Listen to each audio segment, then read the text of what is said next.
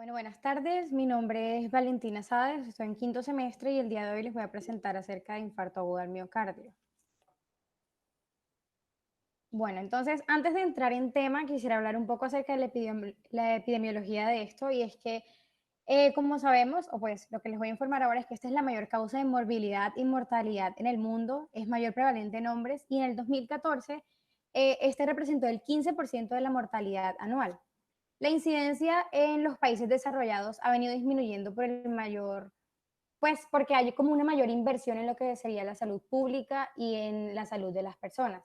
Con respecto a el infarto agudo al miocardio con elevación del segmento ST, a medida de los años este ha venido disminuyendo y sin elevación de ST ha venido aumentando.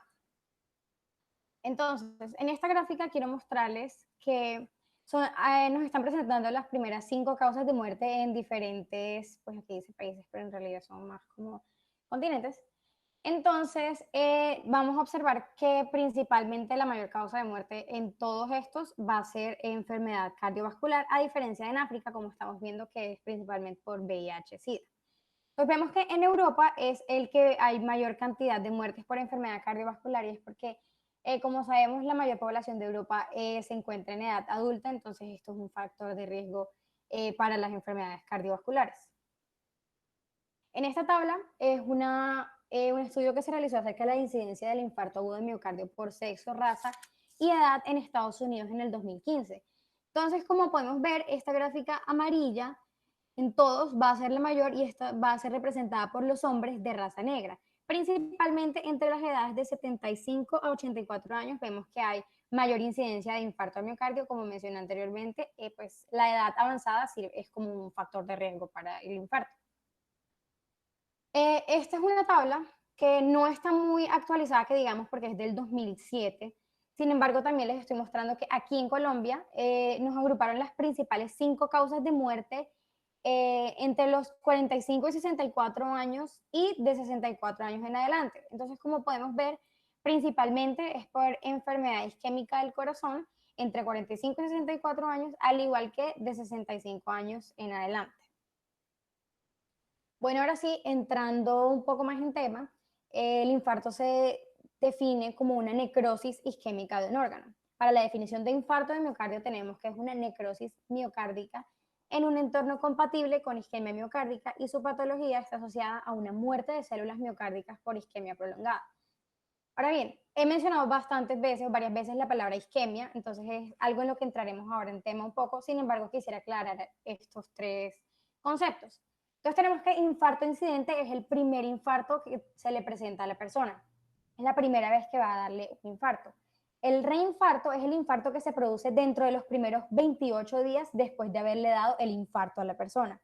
Y el infarto recurrente es el infarto que se produce después de esos 28 días de haberle dado el infarto a la persona. Entonces, reinfarto, primeros 28 días, infarto recurrente después de esos 28 días. Ahora sí vamos a hablar un poco acerca de la isquemia miocárdica. Entonces, esta isquemia miocárdica se va a dar porque va a haber una reducción del flujo sanguíneo que va a impedir que el músculo cardíaco reciba oxígeno. Esta reducción del flujo sanguíneo generalmente es causada por una obstrucción parcial o total de las coronarias y puede tener un surgimiento lento o un surgimiento rápido. Entonces, como podemos ver aquí, se puede dar una disminución del flujo por esta placa aterosclerótica que más adelante hablaremos de ella. Entonces, ¿qué puede causar esa isquemia miocárdica? Como mencioné, una aterosclerosis o enfermedad coronaria, que es que una placa de colesterol va a crecer y va a ocluir un poco la arteria, impidiendo que se dé un flujo, o en sus defectos, como vendría siendo la siguiente, que se formaría un coágulo sanguíneo. Resulta que esta placa aterosclerótica puede sufrir como una rotura porque se vuelve muy débil y se forma un coágulo que va a estar tapando como la liberación de ese colesterol que se va a soltar una vez se haya roto. Eso lo explicaré más adelante, pero esta también es otra causa de una isquemia miocárdica. En tercer lugar, tenemos el espasmo de la arteria miocárdica, que lo que va a pasar es que las paredes del vaso se van a volver como bastante rígidas, de manera que ese flujo no se va a dar de manera correcta. Finalmente tenemos los factores de riesgo, que son los que conocemos usualmente, que es la obesidad, la hipertensión arterial. Tenemos también algo importante que son los valores de colesterol y triglicéridos elevados y el tabaquismo.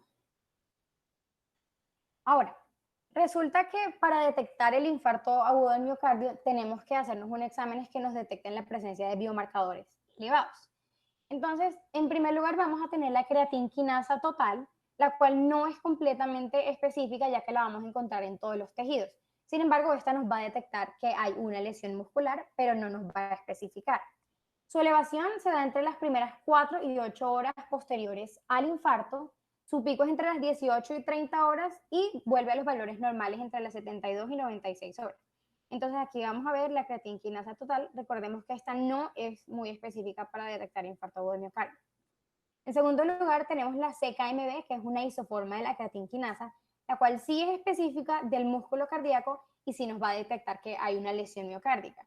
Esta va a iniciar, se va a elevar entre las 3 y 6 horas posteriores al infarto. Su pico va a ser entre las 12 y 24 horas y va a volver a sus valores normales entre las 48 y 72 horas. En tercer lugar vamos a tener la mioglobina, la cual va a estar presente en el músculo cardíaco y músculo esquelético y nos va a detectar que hay una lesión muscular. Sin embargo, no nos va a decir que la lesión muscular se está presentando en el músculo cardíaco o en el músculo esquelético, solo nos va a decir hay una lesión. Entonces, la mioglobina se caracteriza porque esta, como vemos aquí, se eleva muy temprano, pero así como se eleva temprano también se va a disminuir.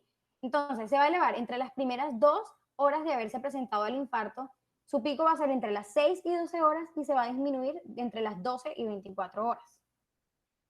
Vamos a tener ahora la lactato deshidrogenasa, que la vamos a encontrar en todos los tejidos del cuerpo y nos va a servir como un diagnóstico tardío. ¿A qué me refiero con un diagnóstico tardío? Entonces, como vemos, esta se va a elevar de manera tarde, ¿cierto? Entonces, como vemos aquí, se va a elevar de manera tarde con respecto al resto de los otros biomarcadores. Sin embargo, vemos que a diferencia de las otras, esta se va a permanecer elevada por mucho más tiempo que las otras. Va a permanecer elevada entre 10 a 12 días y su pico va a ser entre las 30 y 40 horas. Finalmente tenemos las troponinas, que son las más específicas para detectar un infarto agudo de miocardio, ya que estas las vamos a encontrar en el músculo cardíaco y esquelético, al igual que la mioglobina. Sin embargo, las troponinas van a tener unas isoformas cardioespecíficas. Es decir, si hay una lesión, estas nos van a decir, bueno, la lesión se está presentando en el músculo cardíaco. Sus niveles séricos van a ser indetectables, de manera que si se produce en la mínima lesión, estas se van a elevar enseguida. Estas van a iniciar entre las 3 y 7 horas posteriores al infarto y se van a mantener elevadas durante 7 y 14 días. Entonces vamos a ver a las troponinas acá. Entonces recordemos que la LDH nos sirve para un diagnóstico tardío, pero no es tan específica a diferencia de las troponinas y la CKMB.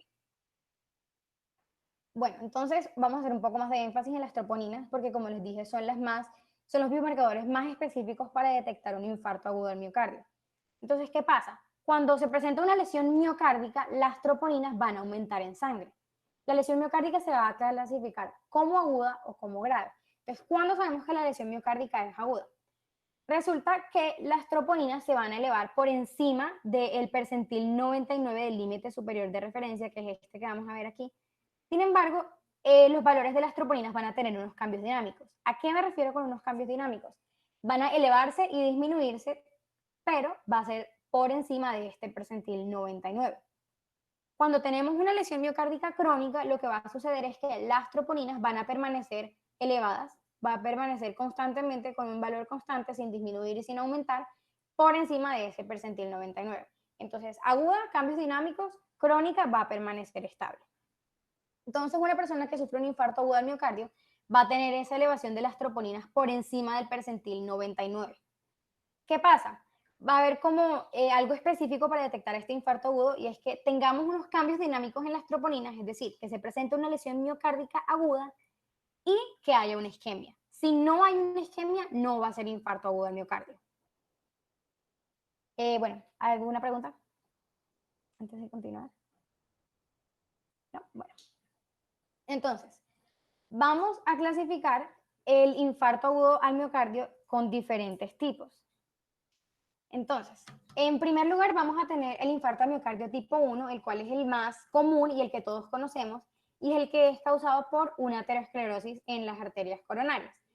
Esto va a estar seguido de una rotura o un debilitamiento de esta placa fibrosa que va a cubrir la placa, de esta capa fibrosa que va a cubrir la placa, perdón, y este debilitamiento va a causar que se rompa o que erosione y se forme una trombosis, lo cual va a ocluir por completo la arteria coronaria. De este infarto vamos a encontrar unos cambios dinámicos en las troponinas, como les mencioné anteriormente, por encima del percentil 99. En segundo lugar, tenemos el infarto de miocardio tipo 2, en el cual vamos a encontrar un desbalance entre la oferta y la demanda de oxígeno en el miocardio. Entonces puede que haya una disminución de la oferta o un aumento de la demanda. No necesariamente este desbalance puede ser causado por una aterosclerosis, sin embargo, sí se puede presentar. Puede que esta placa lo que haga es protruir en la luz de la arteria, haciendo que se disminuya el flujo de sangre hacia el corazón. Aquí de igual forma también vamos a encontrar esos cambios dinámicos en las troponinas por encima del percentil 99. En tercer lugar tenemos el infarto agudo del miocardio tipo 3. Entonces recuerden que les estaba mencionando anteriormente que para detectar o para diagnosticar un infarto agudo necesitamos detectar unos biomarcadores. Entonces en el caso del infarto del miocardio tipo 3, la persona va a llegar con síntomas sugestivos de isquemia miocárdica, pero lo que va a suceder es que esta persona va a morir antes de que se le pueda tomar esa muestra para hacerle los exámenes de los biomarcadores. De manera que va a tener una muerte súbita por causa cardíaca. Ahora, si esta persona muere y en la autopsia encontramos o se encuentra que el infarto fue causado por una obstrucción de una placa aterosclerótica, nos va a tocar reclasificar este infarto de tipo 3 a tipo 1. Ahora, hablando acerca del infarto al miocardio tipo 4, quisiera decir antes que a partir de estos tipos de infarto que están aquí abajo, van a ser asociados a una intervención. Entonces tenemos que el infarto al miocardio tipo 4 está asociado a una intervención coronaria percutánea, que como ya nos han explicado en anteriores exposiciones, resulta que esta intervención lo que hace es abrir una arteria que se encuentra estenosada, ocluida, obstruida, y los valores de las troponinas los vamos a encontrar 5 veces por encima del percentil 99. Entonces, asociado a una intervención coronaria percutánea. En el tipo 4B vamos a encontrar el infarto asociado a una trombosis documentada por un stent en una intervención coronaria percutánea. Entonces, ¿qué pasa? Recordemos que ese stent es esa malla que lo que hace es expandirse para abrir la arteria que se encuentra ocluida. Entonces, en este infarto lo que va a suceder es que se va a formar una trombosis en ese stent que va a impedir que se dé el flujo sanguíneo. Esto se puede detectar por medio de una angiografía o en su defecto por una autopsia. Es importante documentar también la hora en la que se produjo esa trombosis. Tenemos, Vale, ¿sí? ahí, o sea, chiquito, por si alguien se confunde, no es durante la intervención coronaria, sino Posterior, post-intervención. ¿Listo? sí. Porque dice por stent en intervención. Entonces es post la intervención. ¿Listo? Vale, listo. Bueno, entonces continuamos con el infarto agudo del miocardio tipo 4C, el cual va a estar asociado a una reestenosis posterior a una intervención coronaria percutánea. Es decir, abrieron la arteria y lo que pasó luego es que se obstruyó de nuevo la arteria, por lo que se produjo un infarto agudo del miocardio. También puede ser causado por una lesión que lo que haga es que aumente esos valores de troponina y nos dé como un patrón dinámico de estas. Finalmente tenemos el infarto al miocardio tipo 5, el cual se asocia a una cirugía de revascularización miocárdica. ¿A qué me refiero con esto? Como todos sabemos, esa cirugía lo que hace es abrir como una vía alterna para poder llevar ese flujo de sangre al corazón. Y va a estar caracterizada porque los valores de las troponinas van a estar elevados 10 veces por encima del percentil 99. Entonces, vamos a hacer como un pequeño recuerdo. Valentina, ¿Sí? disculpa, te interrumpo. ¿Me podrías repetir? Es que no entendí cuando dijiste lo del tipo 3, que si algo pasa en el tipo 3 lo podríamos volver a clasificar como tipo 1. Ok, te explico.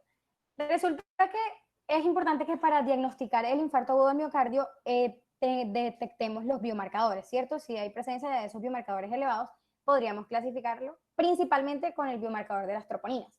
Entonces, si la persona llega con esos síntomas sugestivos de isquemia miocárdica, pero pues todavía no hemos tomado esa muestra y el paciente muere, antes de que tomemos la muestra lo vamos a clasificar como el infarto tipo 3, ¿sí? Porque va a ser una muerte súbita causada por causa cardíaca. Sin embargo, al hacerle la autopsia a la persona y nosotros encontramos que la causa del infarto fue por la presencia de una placa aterosclerótica, vamos a reclasificar ese infarto tipo 3 a infarto tipo 1. ¿Sí me entendiste? Listo, sí, perfecto, gracias. Vale. Bueno, entonces aquí lo que vamos a hacer es como la vía para poder diagnosticar un infarto. Entonces, recordemos que vamos a encontrar los niveles de las troponinas elevados por encima del percentil 99. Entonces, cuando estos valores de troponina se encuentran estables por encima del percentil, lo vamos a clasificar como una lesión miocárdica crónica. Pero cuando estas troponinas las encontramos con cambios dinámicos, es decir, con aumento y disminución de las troponinas por encima del percentil 99, sin isquemia, va a ser una lesión miocárdica aguda. Pero cuando tenemos una isquemia, recuerden, solo cuando hay isquemia y tenemos estos valores de troponinas con cambios dinámicos, lo vamos a clasificar como infarto agudo del miocardio. Ahora, si este infarto agudo del miocardio es causado por una aterosclerosis más una trombosis, va a ser tipo 1. Y si hay un desbalance, una disfunción entre la oferta y demanda de oxígeno, va a ser tipo 2. Entonces, en esta foto vamos a verlo. La placa aterosclerótica con una obstrucción causada por una trombosis, tipo 1.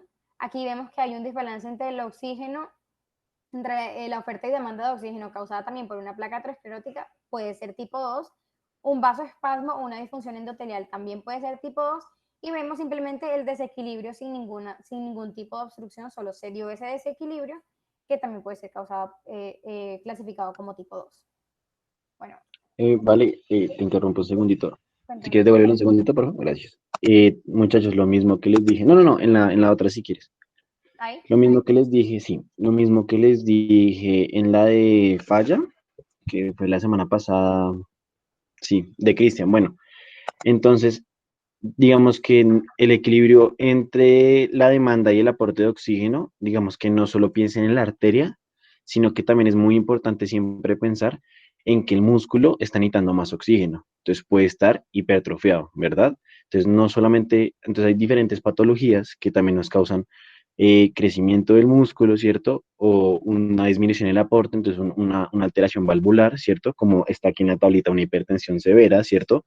Una arritmia, ¿listo? Entonces es importante que no solamente, o sea, si bien lo más frecuente es un daño vascular de las coronarias, nunca podemos dejar de pensar en que, digamos, esto tiene otras repercusiones y otras patologías de base, ¿cierto? Que también son muy frecuentes, como una arritmia y la hipertensión, ¿cierto? Entonces, para que lo tengan muy presente, ¿listo? Dale. Bueno, entonces ahora vamos a ir a unas preguntas. Dani, no sé si tú quieras escoger a las personas para que las respondan. No, escógelas tú. ¿Seguro? O si quieres, Me no, toca tranquilo, salir entonces, del el estudio. que, el que sepa, contesta, por favor. Y que no contesten dos veces la misma persona. Ok, listo. Entonces, en la primera pregunta tenemos, paciente masculino que ingresa al servicio de urgencias por síntomas de isquemia miocárdica y muere minutos antes de que la muestra de sangre para biomarcadores sea tomada. Revela en su autopsia que la causa de muerte es por infarto debido a una obstrucción aterosclerótica. Este infarto se encuentra dentro de la clasificación A, IAM tipo 4A con reclasificación a tipo 1, IAM tipo 3 con reclasificación a tipo 2, IAM tipo 3 con reclasificación a tipo 1 y por último IAM tipo 4C con reclasificación a tipo 1. ¿Alguno? La C, ¿no? La C. Ok, muy bien. Ahora, paciente cuyo biomarcador presenta isoformas cardioespecíficas que permanecen elevadas durante 14 días. ¿Alguno? La A. La, ¿Cuál? Las troponinas, ¿no? Sí, las troponinas. sí, muy bien. Ahora, el reinfarto se produce después de los 28 días del infarto incidente. ¿Verdadero o falso? Falso, ¿no? ¿Por qué Ah, es no, falso? perdón. Sí, falso, es falso. Ah, sí.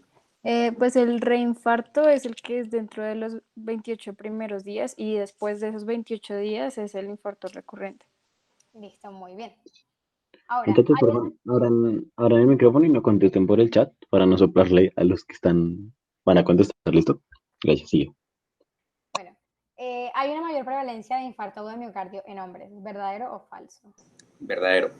Verdadero. Ay, Muy bien.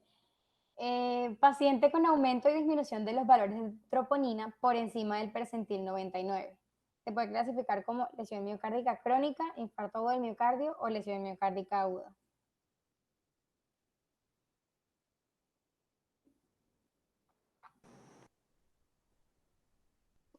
Infarto agudo del miocardio. No. No es la lesión La C. miocárdica aguda, sí. Sí, Ajá. sí, porque recuerda que solo es infarto agudo del miocardio cuando se presenta este aumento y disminución de los valores de troponina más isquemia. Bueno, y finalmente tenemos paciente con valores de troponina 10 veces por encima del percentil 99 superior. Del percentil 99 del límite superior. Se clasifica como... T, tipo 5. ¿Cere? Muy bien, Sí, tipo 5. muy bien, tipo 5. Vale, una pregunta. Sí, cuéntame. ¿Sería lesión miocárdica crónica si no aumentaría ni disminuiría, sino que se permanecería estable, ¿cierto? Sí, pero por encima del percentil 99. Ujú. Y sin isquemia. Ujú, sí. Bueno, ahora vamos a entrar más en tema que les mencioné que íbamos a profundizar un poco más en infarto agudo tipo 1. Entonces resulta que para que se pueda dar esa aterogénesis, lo primero que tiene que pasar es que se dé una lesión endotelial.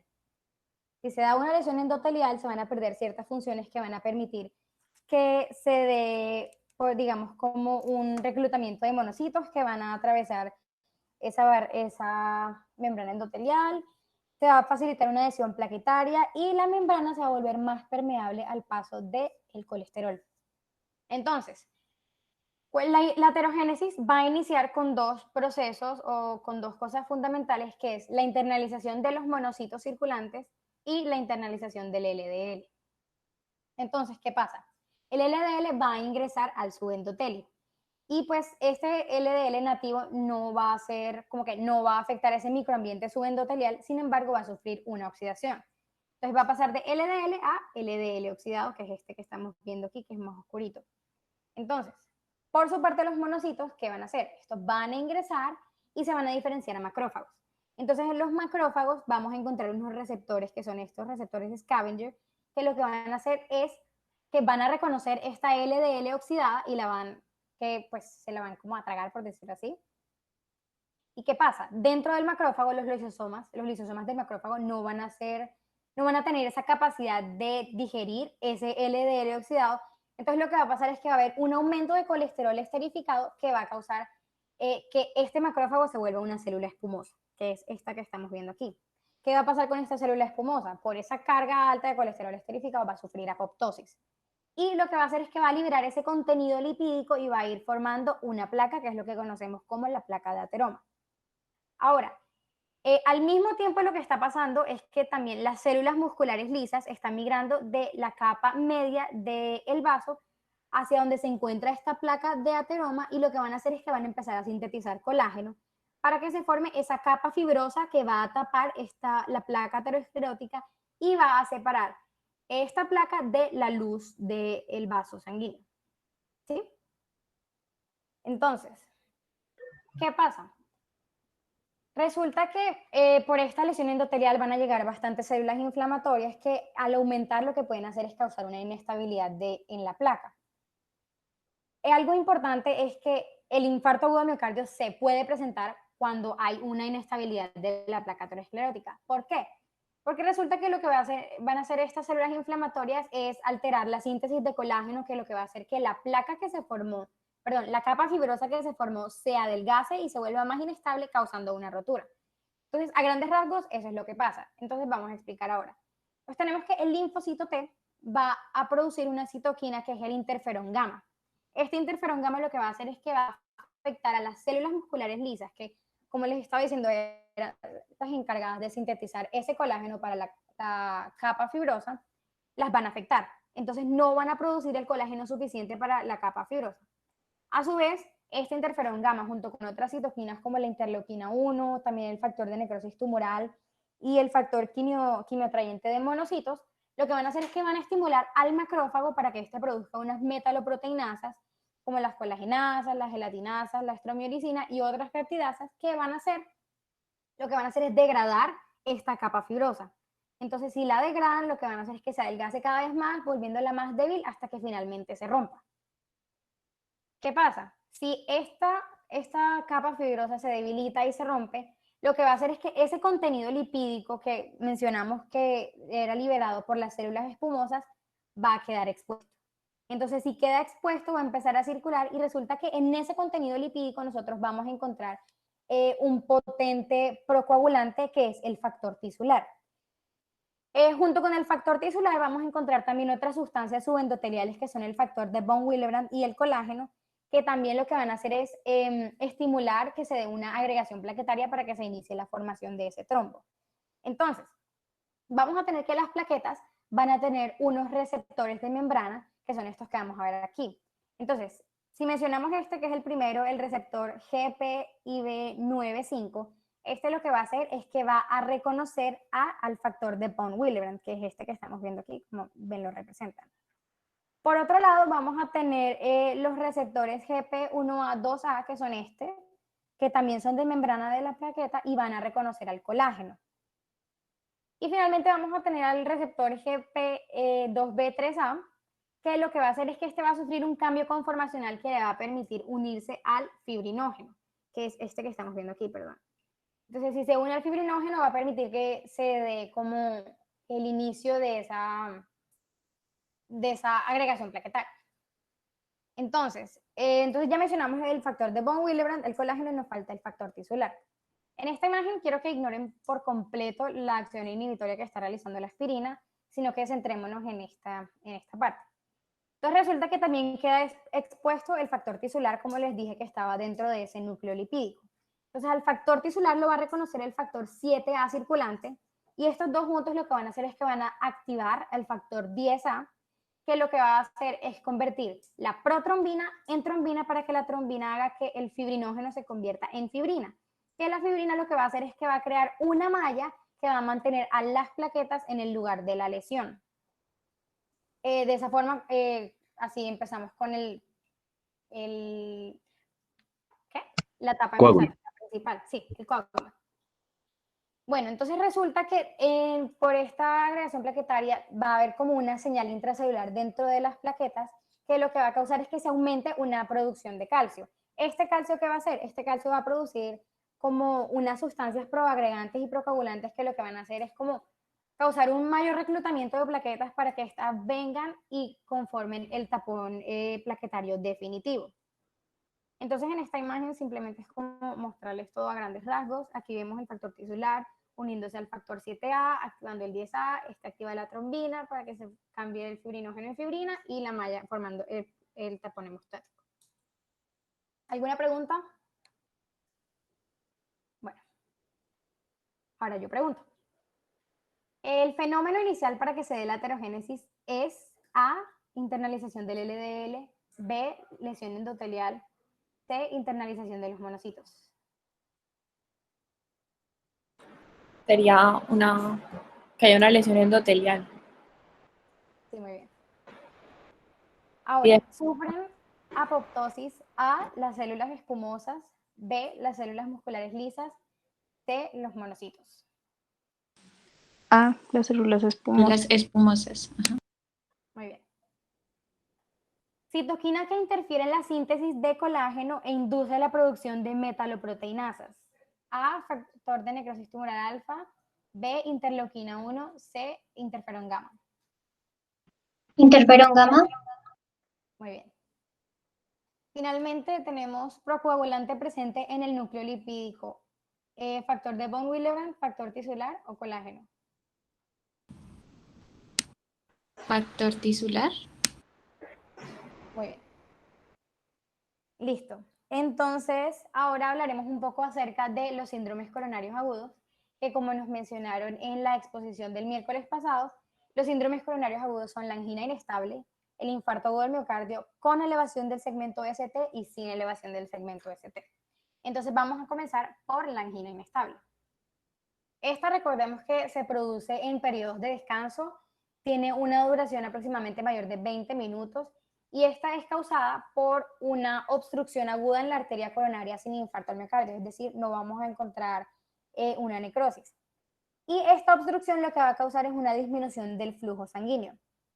Por otra parte, la angina inestable se considera como una amenaza de infarto agudo de miocardio y vamos a encontrar que las troponinas son negativas. Esta angina inestable se presenta con síntomas como dolor torácico, con o sin disnea, náuseas y sudoración. Entonces, en el electrocardiograma vamos a encontrar que va a haber un infradesnivel del segmento ST, como este que estamos viendo acá. Vemos que el segmento ST normalmente está así. Sin embargo, cuando hay angina inestable, este va como a descender, y también puede haber una inversión de la onda T, pues que aquí no estamos mostrándolo todavía. Estos cambios en el electrocardiograma no son permanentes, son transitorios. ¿A qué me refiero? Que una vez la persona se encuentre normal, ya le haya pasado todo, el electrocardiograma vuelve a la normalidad. Ahora, infarto agudo. Vale. ¿Sí? Disculpa, devuélvete un tris súper chiquito. ¿Sí? Entonces, muchachos, alguien que me diga cómo es el dolor torácico típico. O sea, descríbemelo semiológicamente. Retroesternal, que se puede irradiar a epigastrio, mandíbula, brazos, y pues que tiene que tener una intensidad, bueno, también tiene que ser opresivo, sí.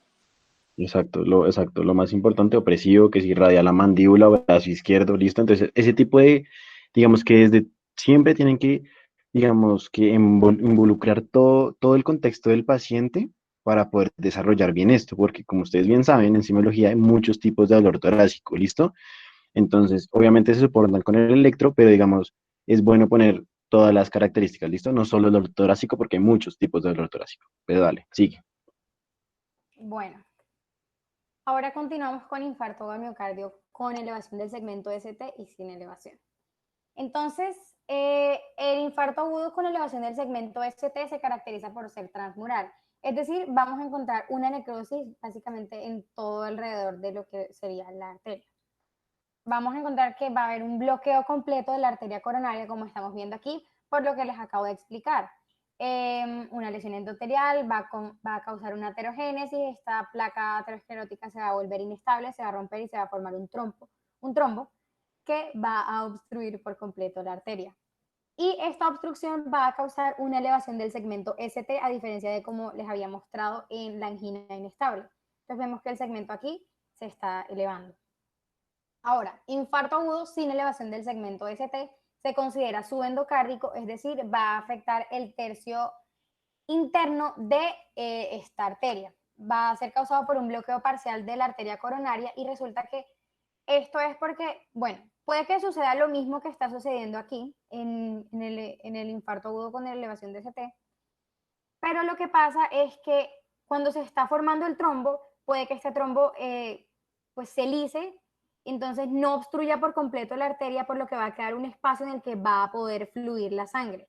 Poco, pero va a fluir. Y esto va a causar que haya como un desnivel del segmento ST, y también puede que haya una inversión de la onda T, que como les estaba mostrando, como no les puede mostrar en la angina inestable, aquí sí lo podemos ver.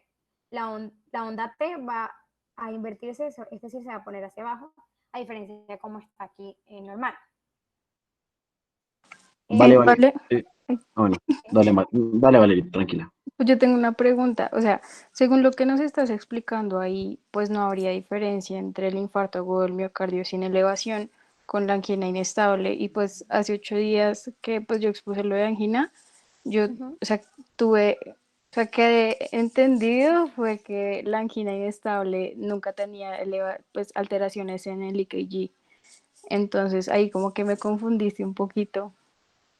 Pues resulta que en el infarto va a haber necrosis, ¿sí? En la angina no va a haber necrosis. Sí, o sea, me refiero como a lo del EKG, de que en angina inestable me dices que sí hay un infradesnivel del ST, pero entonces en ese caso, pues no sé cuál sería la diferencia. Pues recuerda que en la angina, es que en realidad como que, por decirlo así, no hay mucha diferencia en el electrocardiograma, pero si te das cuenta, en la angina inestable, el electrocardiograma, o sea, ese desnivel de la onda ST es transitorio, es decir, va a pasar, o sea, va a ser, mientras la persona esté con esa, pues por decirlo así, con el dolor, va a pasar, pero ya, o sea, vuelve a estar normal nuevamente el electrocardiograma. ¿Sí me hice entender? Sí, sí, ok, sí me acuerdo que uno tiene que tomar el EKG como durante cada 10 minutos, algo así. Minutos. Ajá, sí. Sí, ok, ya. Igual recordemos que todo esto, o sea, todo lo que estamos viendo ahorita está dentro del espectro de síndrome coronario agudo, ¿no? Que tiene diferentes fases. Entonces, angina estable, angina inestable, infarto, necrosis, ¿cierto? Entonces, recordemos eso por un lado. Lo otro que quería hacer es una aclaración muy, muy importante, que no es fácil, pero digamos, esa onda T negativa que tú pintas en el infarto sin elevación de NST, esa onda T negativa nos indica isquemia, ¿verdad? Lo que tú dices, que aún está pasando un poquito de sangre. Pero Sí. tenemos que tener mucho cuidado con esa onda T, porque la morfología que tiene esa onda T nos puede indicar diferentes cosas, ¿listo? Entonces, si es muy profunda y muy picuda, nos puede indicar isquemia, ¿verdad? Pero si es más chiquita, ¿cierto? Como la que vemos ahí, sin que sea un infradesnivel, nos puede indicar sobrecarga del ventrículo, ¿listo? Entonces, digamos que yo sé que es un poquito complejo, pero no podemos encerrar, o sea, cada paciente es individual. No podemos encerrar a todos los pacientes con el mismo electro, ¿listo? O sea, pues la elevación, obviamente que sí, eso es típico, pero los de elevación sin elevación del ST, ¿cierto? Tienen, o sea, los hallazgos pueden ser muy variables, por lo mismo que tú estás diciendo, porque sigue pasando sangre, ¿listo? Entonces tenemos que tener mucho cuidado con la interpretación del electro, ¿listo? Vale, dale. Vale, una pregunta. Sí. Cuando tú dices transmural, ¿te refieres a las capas de la arteria o a las capas del músculo cardíaco? De la arteria. ¿De la qué? Perdón. De la arteria. Es que yo creo que ahí transmural hace referencia a las del músculo cardíaco como tal. Sí, yo también. De la arteria coronaria. No te escucho bien, ¿vale? Hola. Ahí, ¿Me ahí. escuchas? Sí. La arteria coronaria. Es que yo creo que ahí es del músculo cardíaco, cuando dices transmural, que es que pasa todas las capas del músculo y se ve del músculo cardíaco como miocardio, endocardio y todo, y por eso se ve que es transmural. Y esa es la diferencia con el otro, que es apenas en el subendocardio. Ok, vale, gracias por la aclaración. Ay, perdóname, hay también adicional que acordémonos que si es transmural es porque está obstruido una arteria más grande, por decirlo así, o sea, más proximal. Si está más distal y es como una arteria chiquitica, ya sería subendocárdico. Vale, mil gracias. Bueno, aquí simplemente es para mostrarle como todo lo que les he mencionado acerca del electrocardiograma. Aquí tenemos infarto con elevación del segmento ST. Vemos que aquí está elevado. Aquí vemos cómo sería el segmento ST en un electrocardiograma normal junto con la onda T. Aquí vemos que la onda T está invertida y aquí está el desnivel del segmento ST. Listo. Ay, yo quiero hacer una pregunta. Bueno, no sé si Sí. vas a hablar de eso después. Alguien que me diga qué significa, Salomón Sad, no, que ya vi que está acá presente, qué significa una T hiperaguda en el electro.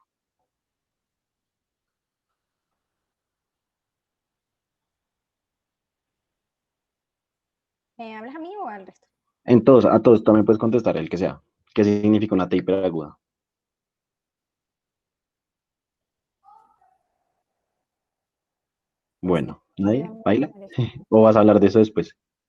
Pues no, dale, si quieres hablar.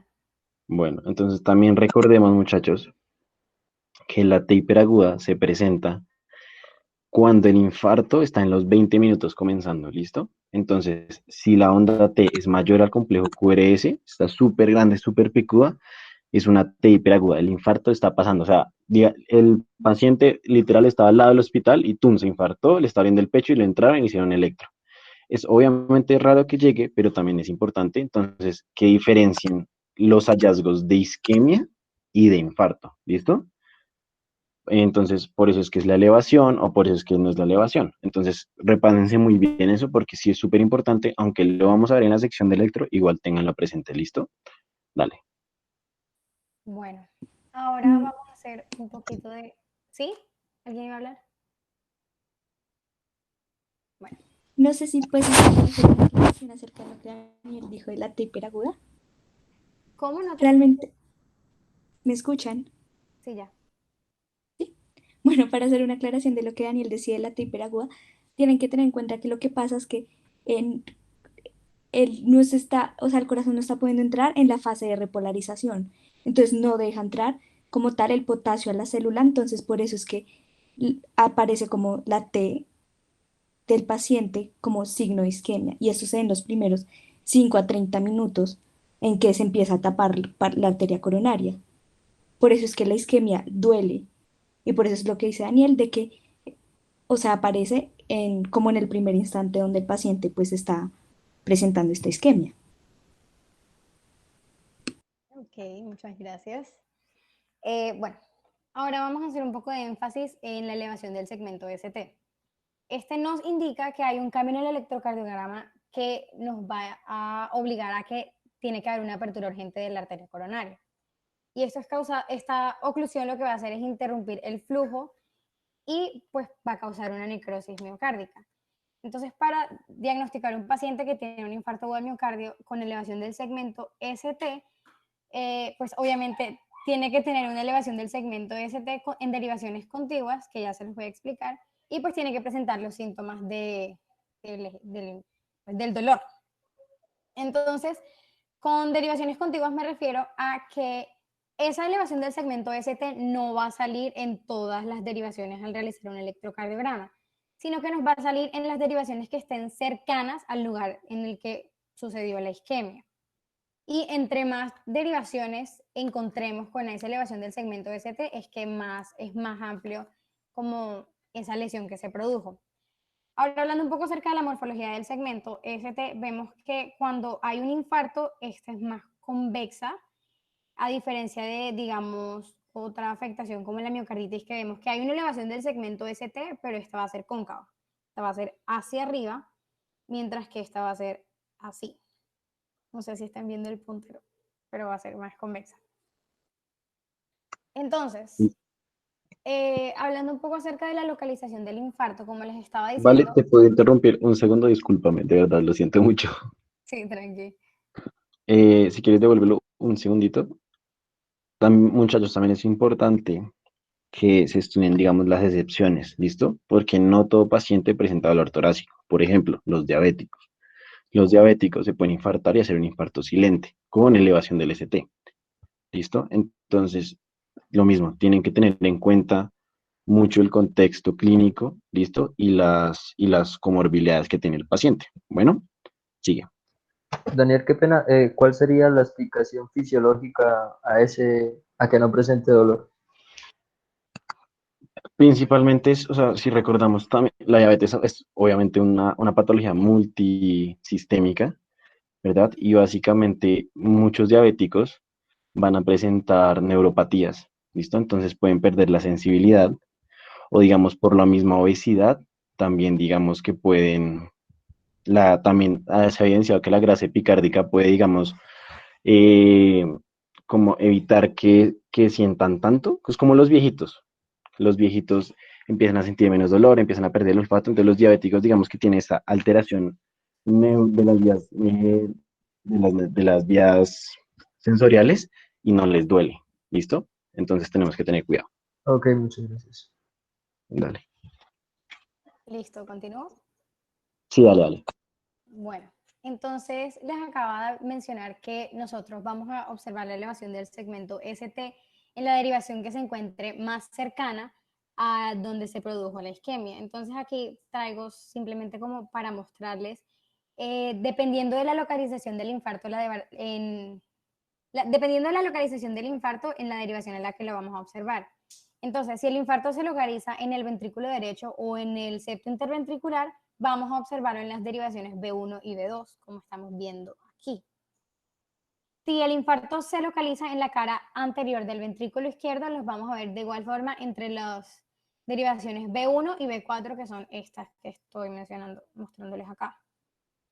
Si el infarto se produce en la cara posterior, vamos a observarlo en las derivaciones B1 y B2, pero con una visión especular o en forma de espejo. ¿A qué me refiero con esto?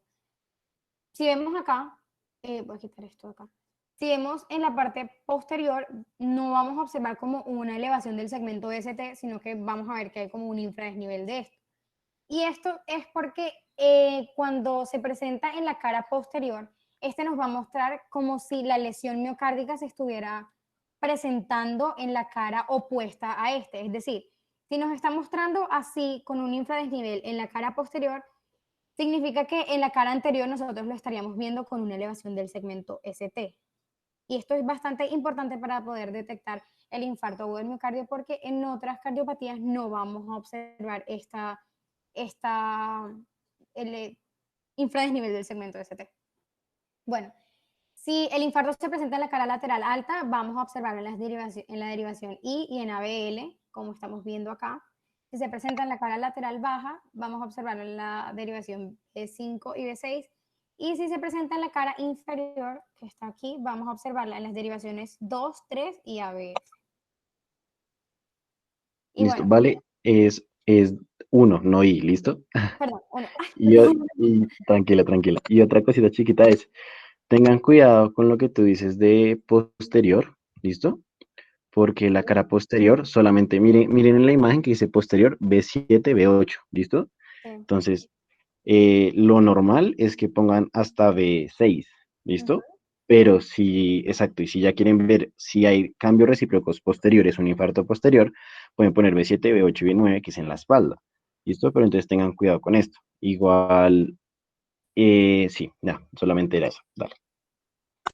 Ok, y para terminar, las manifestaciones clínicas del infarto agudo de miocardio, se va a presentar con un dolor intenso en la zona precordial, y este dolor se puede extender al brazo izquierdo, la mandíbula, al hombro, a la espalda o al cuello. La persona va a tener como una sensación de malestar, va a presentar disnea, mareo, náuseas y sudoración. ¿Alguna pregunta? No, bueno, yo pregunto.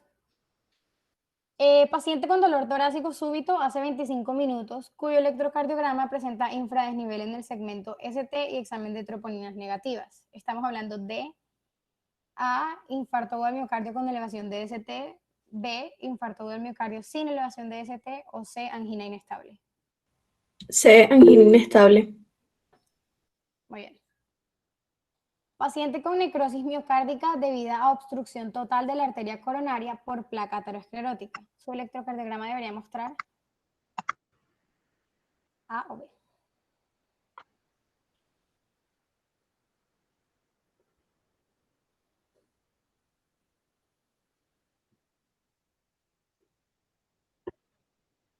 ¿Alguno? Cristian Manuel dice que la ve. A. Porque recuerden que cuando hay obstrucción total estamos hablando del infarto del miocardio con elevación del segmento ST. Entonces aquí estamos observando la elevación del segmento ST causada por una obstrucción total de la arteria coronaria. Bueno, ahí, Vale. disculpa, segundito, atrás. Atrás. Perdón, María Fernanda pregunta, no te preocupes. ¿Será que puedes explicar la imagen B, porfa? Sí, la imagen B es un infradesnivel del segmento ST. O sea, un infarto agudo de miocardio sin elevación del segmento ST, o podría incluso también ser una angina inestable. Ok, gracias.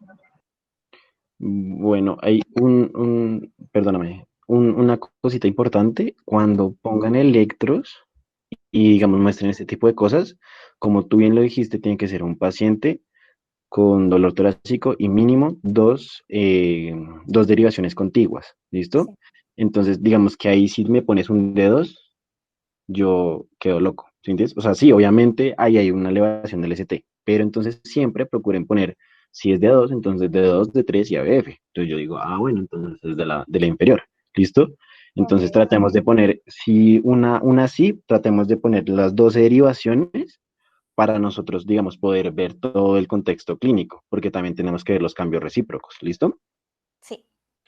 Y con respecto a lo de María Fernanda, para que no se confundan, porque si uno dice, o sea, uno piensa las ondas de abajo, digamos, digamos que serían normales, ¿sí? Pero entonces recuerden que es muy importante el punto J, ¿listo?